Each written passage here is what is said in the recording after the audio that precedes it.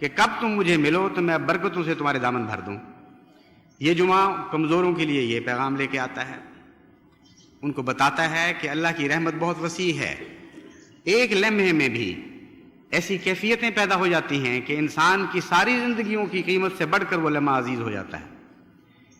اس لیے ان کمزوروں کو اپنے لیے یہ دعا کرنی چاہیے اور خدا کی طرف سے اس جمعے کے پیغام کو سمجھنا چاہیے۔ حقیقت یہ ہے کہ ایسے لوگ تھے جن کو پریشانی تھی اور بے چینی تھی کہ رمضان قریب آ رہا ہے، مصیبتیں قریب آ رہی ہیں، ماحول میں خشکی پیدا ہو جائے گی، ریڈیو اور ٹیلی ویژن کے پروگرام خشک ہو جائیں گے، گپے مارنے کے وقت نہیں رہیں گے، آزادی سے کھانے پینے کے وقت نہیں رہیں گے، سیروں کے وقت نہیں رہیں گے، کس طرح باہر جائیں گے سفر پہ، بھوکے اور پیاسے بسوں میں سفر کریں گے۔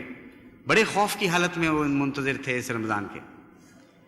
اور خوف کی حالت میں ان کا وقت گزرا۔ لیکن جمعۃ الوداع ان کو بتا رہا ہے کہ دیکھو میں تو آیا بھی اور چلا بھی گیا، یہ مہینہ یوں ہی خام خواہ تمہارے اوپر خوف کے سائے لہراتا ہوا نکل گیا، اور دیکھو کتنی تیزی سے نکل گیا ہے۔ کاش تم ڈرتے ڈرتے اللہ کی راہ میں ڈرتے ہوئے وقت گزارتے بنسبت اس کے کہ دنیا کے لیے ڈرتے ہوئے وقت گزارا۔ کاش تم خدا کے خوف میں یہ وقت صرف کرتے اور خدا سے عرض کرتے کہ اے خدا تیری خاطر ہم مشکلیں برداشت کرنے کے لیے آمادہ ہوئے ہیں، ہم کمزور ہیں، ہمارے دلوں میں طاقت نہیں ہے، ہمیں نیکی کی لذت سے آشنائی نہیں ہے، ہم گناہوں کی طرف جھکتے ہیں خود طبی جوش کے ساتھ، اور نیکیوں کی طرف مائل ہونے کے لیے ہمیں مشکل پیش آتی ہے، باغیں موڑنی پڑتی ہیں ہماری لوگوں کو نیکیوں کی طرف۔ تو اے خدا تو ہم پر رحم فرما، تو ہی ہمارے دل بدل دے، تو ہی ہمارے لیے نیکیوں کو آسان کر دے اور نیکیوں کی لذت بخش۔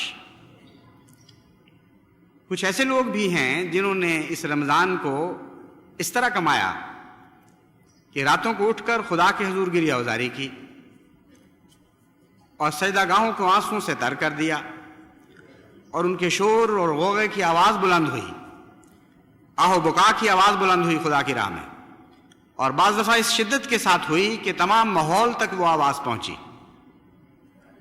ابھی چند دن پہلے ایک رات میری چھوٹی بچی گھبرا کر مجھ سے پوچھنے لگی کہ ابا یہ کیا ہو گیا ہے، اس قدر رونے کی آوازیں آ رہی ہیں، یہ کیا قیامت ٹوٹی ہے؟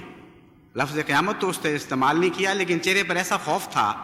کہ خدا جانے کیا قیامت ٹوٹ پڑی ہے کہ یہ اس قدر لگتا ہے سارا روا رو رہا ہے۔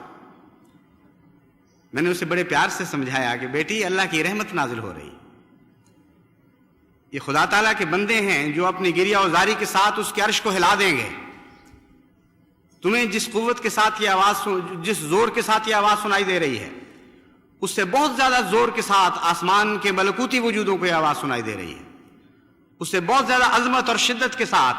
اللہ کی رحمت کو یہ آواز سنائی دے رہی ہے۔ اس لیے یہ تو انقلاب کے انتظام ہے، روحانی انقلاب کے۔ تم گھبراؤ نہیں، آؤ میں تمہیں باہر لے جا کر دکھاتا ہوں کہ یہ کیسی آوازیں ہیں۔ وہ باہر میرے ساتھ نکلی اور عجیب روحانی کیفیت اس کے منہ پر طاری ہوگی۔ اس نے کہا ابا یہ اللہ میاں کے سامنے رو رہے ہیں۔ میں نے کہا سب اللہ کے لیے رو رہے ہیں۔ ایسی لذتیں بخش گیا ہے رمضان ان رونے والوں کو کہ باہر والے اس کا تصور بھی نہیں کر سکتے۔ وہ جنہوں نے خشک دل کے ساتھ، خشک نگاہوں کے ساتھ، دنیا کے خوفوں کے ساتھ یہ وقت گزارا ہے، ان کو کیا پتا کہ یہ رمضان کیسی کیسی برکتیں لے کر آیا اور کیسی لذتیں لے کر آیا، ایسی روحانی کیفیتیں پیچھے چھوڑ گیا ہے کہ وہ سارا سال انسانی وجود کو لذت سے بھرا رکھیں گے۔ اس لیے ان کے لیے یہ وداع کا جمعہ ایک بہت ہی دردناک جمعہ بن جاتا ہے۔ کئی ان میں سے سوچتے ہوں گے کہ ہم بیمار ہیں، خدا جانے اگلا سال ہم پر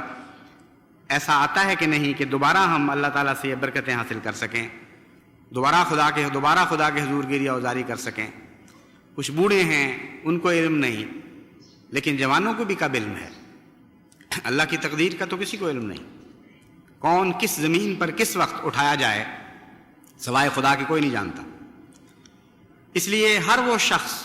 جو نیکی کا طالب ہے، جو اللہ کے حضور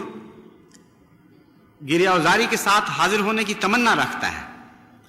اس کے لیے یہ جمعہ ایک دردناک وداع کا جمعہ ہے۔ لیکن میں ان کو بھی بتاتا ہوں کہ جو سچے دل سے اور سچے پیار کے ساتھ اللہ کی رحمتوں کے متلاشی ہوتے ہیں، اور پاک لمحات کو گہرے دکھ کے ساتھ رخصت کرتے ہیں، جن کا ہجر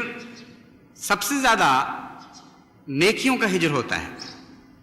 بدیوں کے لیے ہجر محسوس نہیں کرتے، ان کو اللہ تعالیٰ ایک وصل دوام عطا کیا کرتا ہے،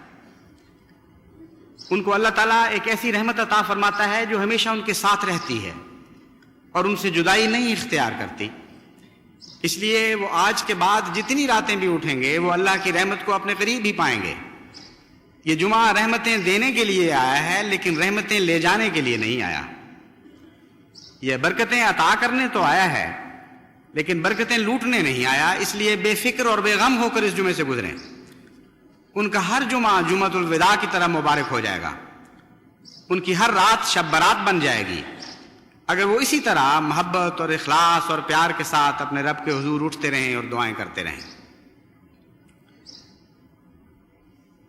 میں نے آج کے موضوع کے لیے لیلۃ القدر کی آیات کا انتخاب کیا تھا اور ان کا گہرا تعلق جو حضرت محمد مصطفیٰ صلی اللہ علیہ وآلہ وسلم کے وجود باجود سے ہے، اس مضمون کو بیان کرنا تھا۔ تبرکاً میں نے یہ آیات تلاوت تو کر دی لیکن مجھے پہلے ہی احساس تھا کہ یہ وقت اتنا تھوڑا ہے کہ ناممکن ہے کہ ان آیات کی تفسیر کا حق ادا کیا جا سکے۔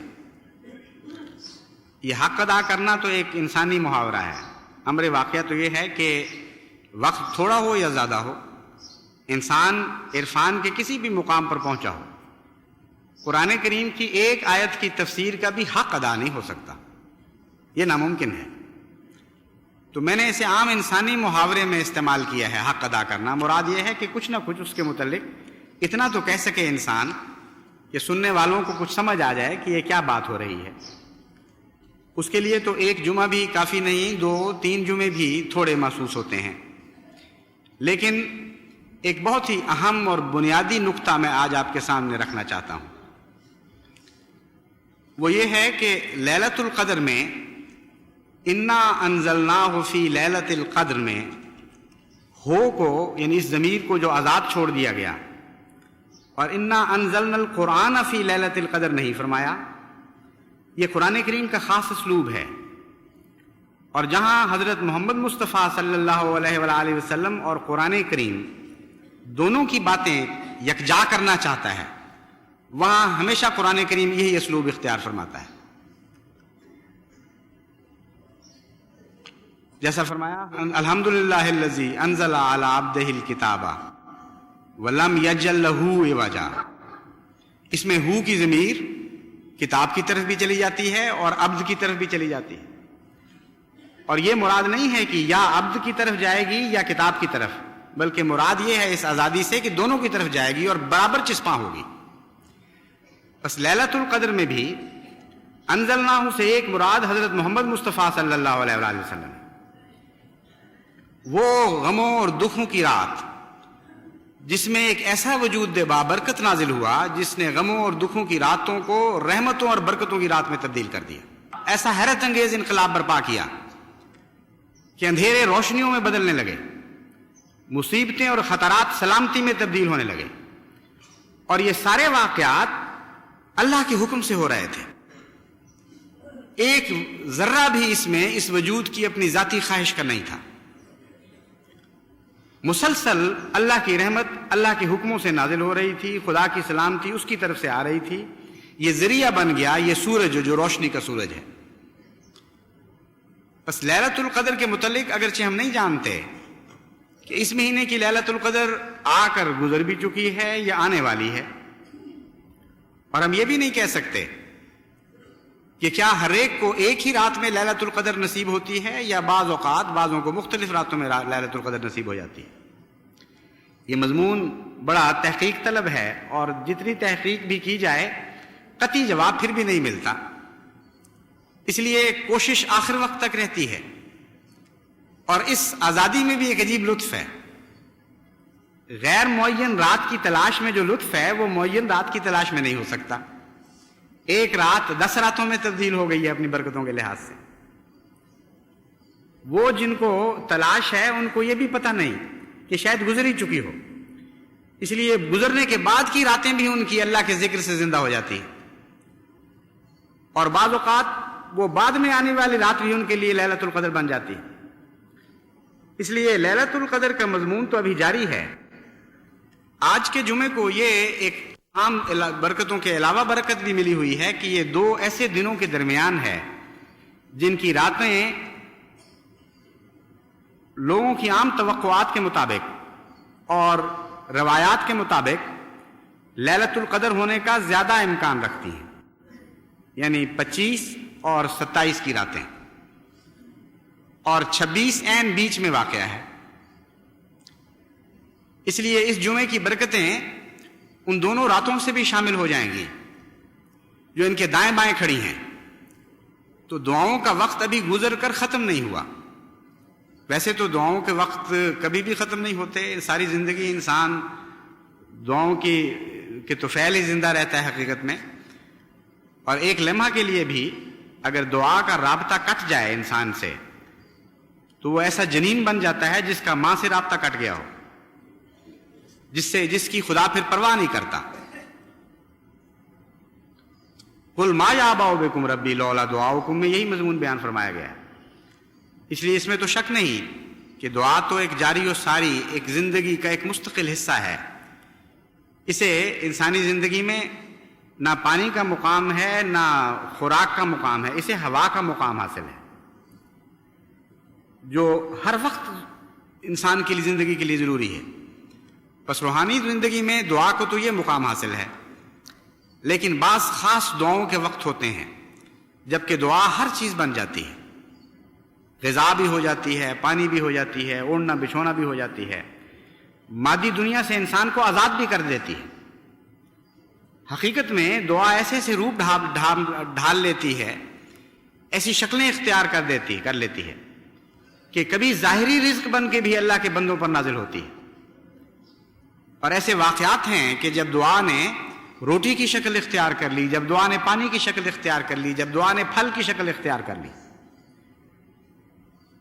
حضرت خلیفۃ المسیح ثانی رضی اللہ تعالیٰ عنہ بھی اپنے بچپن کا ایک واقعہ بیان فرمایا کرتے تھے کہ ایک دفعہ سیر کے لیے باغ میں جا رہے تھے تو ایک ایسے پھلدار درخت پر نظر پڑی جس کا وقت نہیں تھا اور وہ شاخیں اس کی سوکھی ہوئی تھیں۔ حضرت مسیح موعود علیہ الصلوۃ والسلام کے ساتھ ٹہل رہے تھے تو بچپن کی ضد کے طور پر آپ نے فرمایا کہ ابا مجھے یہ پھل دیں، اور حضرت مسیح موعود علیہ الصلوۃ والسلام نے شاخ پر ہاتھ مارا اور وہ پھل تازہ حضرت خلیفۃ المسیح ثانی جو بچے تھے اس وقت ان کو دے دیا، عطا فرما دیا۔ حضرت مسلم موعود بیان کیا کرتے تھے کہ ہمیں پتہ نہیں مجھے کہ وہ کیسا واقعہ ہوا تھا، کس طرح آیا، لیکن یہ امر واقعہ ہے۔ تو بعض دفعہ مومن بندوں کی حرکت بھی دعا بن جاتی ہے، خاص مقام ہوتے ہیں دعا کرنے والے کو اللہ کے حضور۔ وَإِنَّ لَهُ عِندَنَا لَزُلْفَىٰ وَحُسْنُ مَآبٍ، خدا تعالیٰ بعض بندوں کے متعلق فرماتا ہے کہ ان کا ہمارے ہاں ایک خاص مقام ہے، وہ حسن و مآب، قربت کا ایک خاص مقام ہے اور حسن کا ایک خاص مقام حاصل ہے۔ تو دعا کا مضمون تو بہت ہی لمبا اور وسیع ہے، اور دعا کرنے والوں کے حالات بھی مختلف ہوتے ہیں، لیکن یہ امر واقعہ ہے کہ دعا کرنے والا خواہ ادنا ہو خواہ اعلیٰ ہو، اللہ تعالیٰ کی طرف سے اس کو تومے ضرور ملتے ہیں۔ حیرت انگیز بعض دفعہ خدا کرشمے دکھاتا ہے اپنے وجود کے، اپنی رحمت کے، چھوٹے چھوٹے لقمے بھی دے دیتا ہے، بڑے بڑے بھی لقمے دے دیتا ہے، خارق عادت معجزے بھی دکھاتا ہے، دستور کو تبدیل کرنے کے معجزے بھی دکھاتا ہے، اور دستور کو کسی کا غلام بنا دینے کے معجزے بھی دکھاتا ہے، ساری کائنات کو کسی وجود کے لیے مسخر کرنے کے معجزے بھی دکھاتا ہے۔ لیکن یہ نہیں کہہ سکتے کہ یہ اتنا کمزور ہے، اتنا ذلیل اور رسوا ہے کہ اس کی دعا قبول نہیں ہوتی۔ عجیب شان ہے اللہ کی، کمزور سے کمزور بندے کی بھی وہ بعض دفعہ اس شان سے دعا سنتا ہے کہ اگر اس میں شرم اور حیا کا مادہ ہو تو ہمیشہ کے لیے خدا کے حضور بھیج جائے۔ ایسے بندوں کو بھی سنتا ہے جن کے متعلق جانتا ہے اور گواہی دیتا ہے کہ جب ہم ان کو غم سے نجات دیں گے تو پھر شرک کریں گے، آج خالصتاً مجھے بلا رہے ہیں اور مجھے میری مدد کے لیے پکار رہے ہیں، جانتا ہوں کہ جب میں ان کو نجات بخشوں گا تو پھر یہ بتوں کے سامنے جھکیں گے، تب بھی میری رحمت اتنی وسیع ہے کہ میں ان کو بخشتا ہوں، ان کی دعاؤں کو قبول کرتا ہوں، غم سے نجات بخشتا ہوں۔ تو دعا کا مضمون تو جاری و ساری ہے، لیکن جیسے کہ بعض دعائیں خاص مقام رکھتی ہیں، بعض دعا کرنے والے خاص مقام رکھتے ہیں، بعض ایام بھی خاص مقام رکھتے ہیں، بعض دن بھی اور بعض راتیں بھی۔ اور لیلۃ القدر کی رات، میں سارے مفاہیم کو تو بیان نہیں کر سکتا، لیکن ایک عرف عام میں جو مفہوم ہے کہ واقعتاً ایک رات ہو، ایسی رات بھی آتی ہے، اور ایسی رات آتی ہے اور جس کو نصیب ہو جائے اس کا گھر برکتوں سے بھر جاتی ہے، ہمیشہ کے لیے اس کی زندگی سنوار جاتی ہے۔ اس رات کو حاصل کرنے کا ذریعہ کیا ہے، وہ میں توجہ آپ کو دلانا چاہتا ہوں۔ وہ محمد مصطفیٰ صلی اللہ علیہ وآلہ وسلم، یہ وہ سورج ہے، یہ سراج منیرہ ہے جس کے ذریعے لیلۃ القدر وجود میں آئی تھی۔ خواہ یہ دائمی لیلۃ القدر اسلام کی قرار دے لیں، یا خاص زمانے کی لیلۃ القدر کہہ لیں، یا زمانہ نبوی کے لیلۃ القدر شمار کریں، یا انسانی زندگی کی ایک لیلۃ القدر، یا ایک رات شمار کر لیں، یا ایک رات کے چند لمحے، جو مفہوم بھی اس کا ہے، یہ برکت محمد مصطفیٰ صلی اللہ علیہ وآلہ وسلم کے وجود کے ذریعے نازل ہوئی، اس بات میں کوئی شک نہیں۔ اس لیے اس کی برکتیں حاصل کرنے کے لیے درود بہت کثرت سے پڑھنا پڑے گا، اور محبت کے ساتھ، ذاتی وابستگی کے ساتھ اس کثرت سے درود پڑھیں کہ وہ نور مصطفی جو اندھیری راتوں کو روشن کیا کرتا ہے، وہ جو اذیت ناک اور کربناک لمحوں کو رحمت اور سلامتی میں تبدیل کیا کرتا ہے، وہ نور آپ کے وجود پر نازل ہونے لگ جائے، اور اسی کا نام لیلۃ القدر ہے۔ اگر حضرت محمد مصطفیٰ صلی اللہ علیہ وآلہ وسلم ایک رات کسی کو نصیب ہو جائیں اور اس کے وجود میں محبت کے ذریعے داخل ہو جائیں اور اس کے انگ انگ میں سما جائیں، اس کی فطرت بن جائیں، اس کی عادتیں ہو جائیں، اس کی خصلتوں میں تبدیل ہو جائیں، تو اس سے بہتر لیلۃ القدر اور کوئی لیلۃ القدر نہیں ہے۔ یہ وہ لیلۃ القدر ہے کہ 1000 مہینے اس کے پاؤں چومیں اور چاٹیں اور اس کے سامنے گریہ وزاری کریں اور سجدے کریں، تب بھی یہ رات ان سارے مہینوں پر حاوی اور بھاری اور زیادہ برکتوں والی ہوگی۔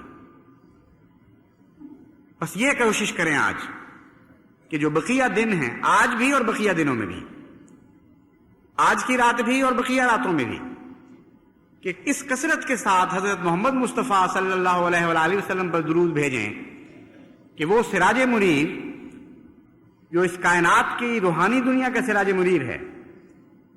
وہ آپ کے کائنات وجود کا بھی سراج منیر بن جائے اور آپ کی ذات میں چمکنے لگے، آپ کے دل میں داخل ہو جائے، آپ کی ساری زندگی کو منور کر دے۔ اور اگر جماعت احمدیہ کو یہ لیلۃ القدر نصیب ہو جائے تو اس لیلۃ القدر کی برکتوں کو کوئی دنیا میں چھین نہیں سکتا، ناممکن ہے۔ یہ لیلۃ القدر اس مطلع الفجر میں تبدیل ہو جایا کرتی ہے کہ اچانک ایک عظیم الشان انقلاب برپا ہوتا ہے، جسے رات کہتے تھے اسے دن کہنے لگتے ہیں، جسے اندھیرے سمجھا کرتے تھے وہ روشنی بن جاتی ہے اور مطلع الفجر ہو جاتا ہے۔ اس یقین کے ساتھ پھر محمد مصطفیٰ صلی اللہ علیہ وآلہ وسلم کی محبت میں اور آپ کے وجود کے ساتھ اور آپ کی برکتوں کے ساتھ انسان زندہ رہتا ہے کہ پھر کبھی اس کی زندگی میں کوئی رات نہیں آتی۔ اللہ تعالیٰ ہمیں اس کی توفیق عطا فرمائے۔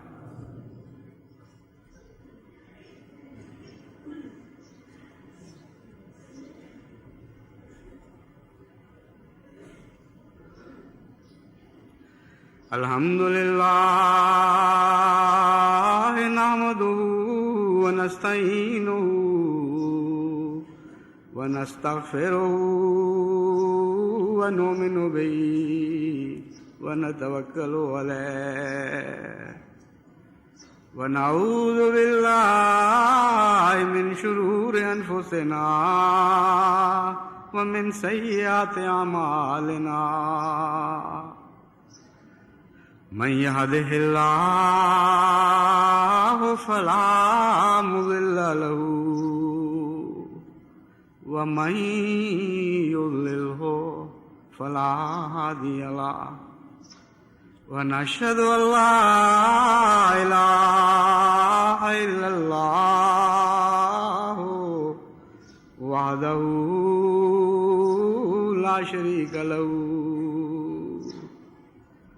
ونشهد أن محمدا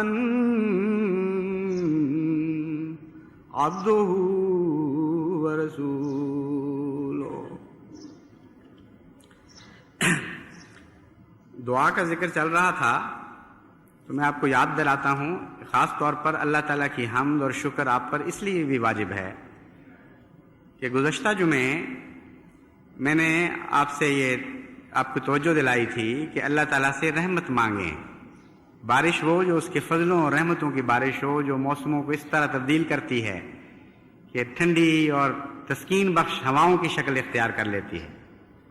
کیفیت بدل دیتی ہے. وہ دعا مانگیں اپنے رب سے. اور جماعت نے وہ دعا کی اور اللہ نے اس شان کے ساتھ وہ قبول کی ہے کہ سارے عرصے جب ایسی ہوا کے جھونکے ملتے تھے تو سانس اور یہ ہوائیں رحمت کی مجسم حمد باری بن کر ایک دوسرے کے گلے ملا کرتے تھے. حیرت ہوتی تھی اللہ کی رحمت پر، اس کی بخشش پر، اس کی عطا پر، کہ اپنے عاجز بندوں یعنی جماعت احمدیہ سے منسلک بندوں کی کس شان کے ساتھ دعائیں کرتا ہے اور یقین دلاتا ہے. یہ دراصل ایک پیغام تھا. پیغام یہ تھا کہ اصل دعائیں جو تم نے کرنی ہیں وہ دعائیں بھی میں تمہاری اسی شان سے قبول کروں گا جیسے ایک ظاہری چھوٹی سی علامت ہے جو میں پوری کر رہا ہوں. اس لیے میرے لیے تو یہ بارشیں اور یہ رحمتیں ایک غیر معمولی اللہ تعالیٰ کی رحمت کا پیغام بن کر آئی تھی. سارا ہفتہ ایک عجیب کیفیت میں گزرا کہ خدا تعالیٰ نے تو ادھر دعا نکلی اور ادھر یہ پیغام دے دیا کہ میں تمہاری ساری دعائیں سن رہا ہوں اور علامت کے طور پر یہ ظاہری دعا بھی تمہاری قبول کر رہا ہوں تاکہ تمہیں کسی کو مجھ پر بدظنی نہ ہو. اس لیے میں امید کرتا ہوں کہ اللہ تعالیٰ کے فضل کے ساتھ جو ہم نے دعائیں کیں وہ بھی مقبول ہوئیں، جو اسلام کی فتح کی اور اس کی عظمت کے لیے ہم نے گریہ وزاری خدا کے حضور کی، جو آنسو بہائے وہ بھی مقبول ہوئے. اور وہی آنسو ہیں دراصل جو لیلۃ القدر کا ترشح ہوا کرتے ہیں. یہ جو لیلۃ القدر کے ساتھ آپ نے ترشح کی باتیں سنی ہیں، روحانی دنیا میں بھی ایک ترشح ہوتا ہے. یہ بندے کے آنسو ہیں جو لیلۃ القدر کا ترشح بن جایا کرتے ہیں. تو اس لیے بقیہ وقت بھی خدا جہاں دعائیں مزید کریں وہاں خدا کا شکر بھی بہت کریں. یہ عرض کریں رو دو کر اور گریہ وزاری اور منت اور سماجت سے اللہ کی رحمت کے قدم پکڑ کے لپٹ کر اس سے کہ اے خدا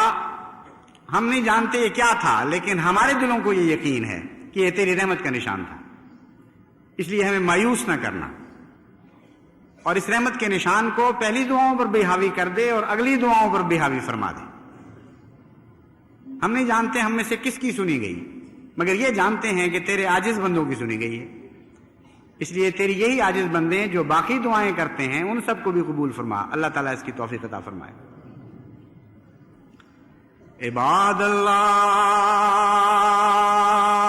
رحمکم اللہ،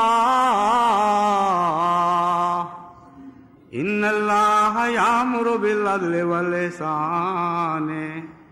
وَإِيتَاءِ ذِي الْقُرْبَى وَيَنْهَى عَنِ الْفَحْشَاءِ وَالْمُنكَرِ وَالْبَغْيِ يَعِظُكُمْ لَعَلَّكُمْ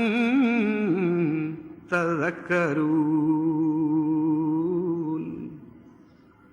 اذکروا اللہ یذکرکم وادعوہ یستجب لکم ولذکر اللہ اکبر.